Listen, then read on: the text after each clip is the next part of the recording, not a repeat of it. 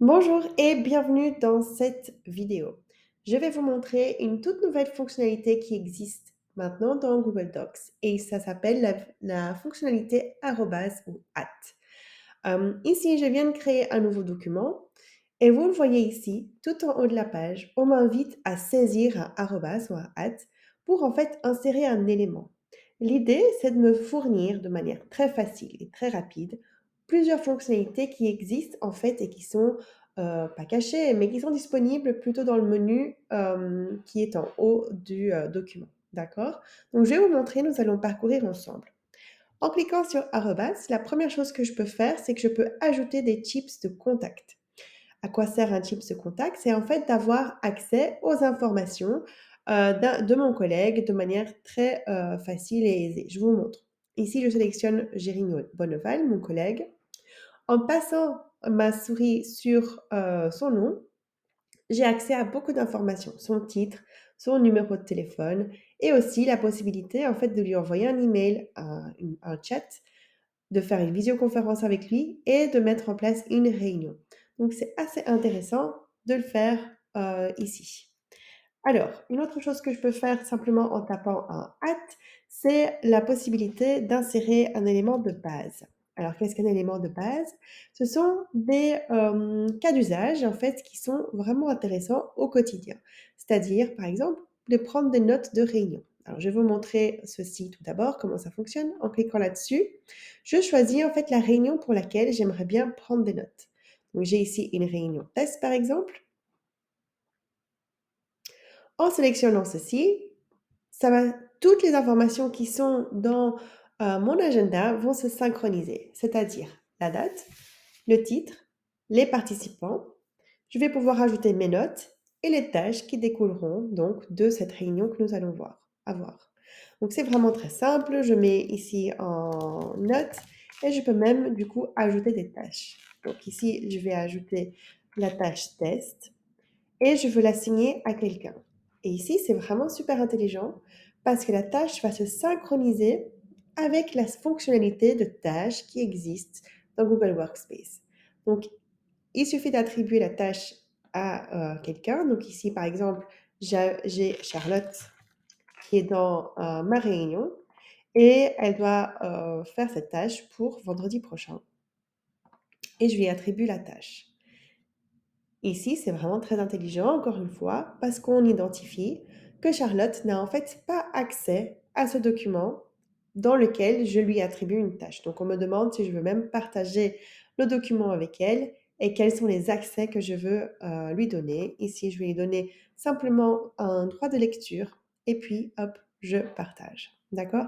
Donc, c'est vraiment très intéressant. Et du coup, cette tâche va apparaître dans la liste de tâches, du coup, de Charlotte, etc., etc. Donc vraiment à utiliser, je recommande fortement. Alors, une autre chose que vous pouvez ajouter, c'est un brouillon d'email.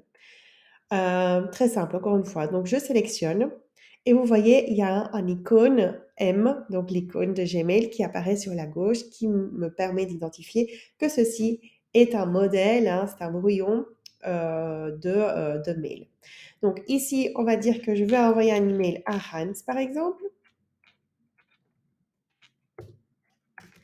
Voilà, en mettant un at, du coup, je peux sélectionner son adresse email de manière rapide. Ici, je veux mettre Charlotte en copie. L'objet de mon email est un test et je vais inventer ici un contenu. On va imaginer que je suis prête à l'envoi de ce mail, que ce mail a été revu par plusieurs personnes. Eh bien, il me suffira de cliquer sur l'aperçu dans Gmail. Et puis vous voyez du coup que le mail apparaît et tout est inséré. Donc le destinataire, les personnes qui sont en copie, ainsi que la description, le contenu plutôt de mon email. Et il me suffira donc de cliquer sur envoyer pour que mon email soit parti. Alors, en sélectionnant le at, je continue. Je peux ajouter une feuille de route de notre produit. Et donc, vous voyez, en fait, il y a un tableau qui se crée de manière automatique où je peux ajouter, par exemple, l'état de mes tâches, l'état d'avancement d'un projet. Et il y a ici un menu déroulant qui est créé de manière automatique également. Je peux associer des fichiers et ajouter des remarques. Vraiment, encore une fois, c'est là pour vous simplifier la vie. Alors, qu'est-ce que nous pouvons faire d'autre? Je clique sur arrobas et je peux aussi insérer un suivi de révision. Et vous voyez ici, je descends, que l'on peut donc insérer les différents prénoms des réviseurs, l'état, donc c'est déjà pré-rempli, hein, et ajouter quelques remarques si vous le souhaitez. Donc c'est vraiment là pour vous aider à être plus rapide et plus efficace. En continuant dans les possibilités que vous avez, en fait, vous pouvez aussi marquer un fichier pour qu'en fait vous ayez accès au fichier plus rapidement. Alors, je vais cliquer ici simplement sur un document et en fait, le document est inséré.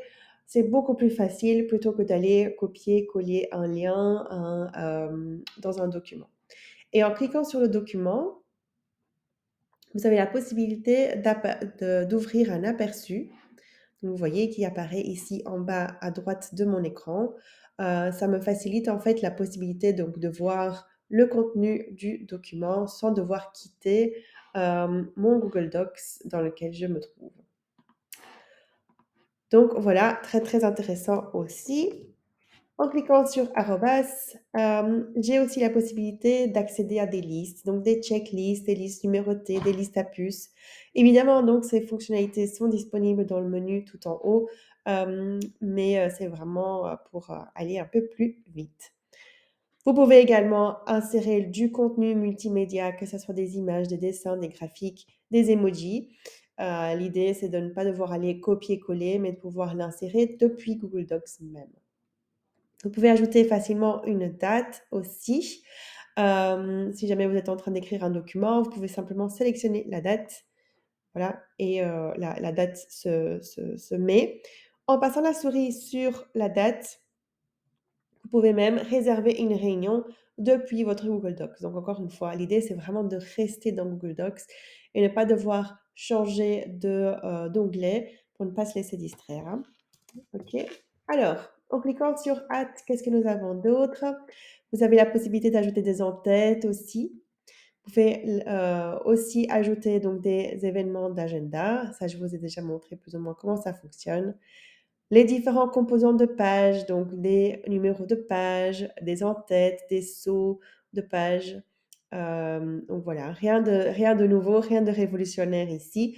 Vous avez aussi la possibilité d'ajouter donc des tableaux et bien plus encore comme des lignes horizontales, des tables des matières, des liens, des listes déroulantes tout simplement. Vous pouvez en fait utiliser des listes déroulantes qui sont proposées ou bien vous en ajoutez un tout nouveau.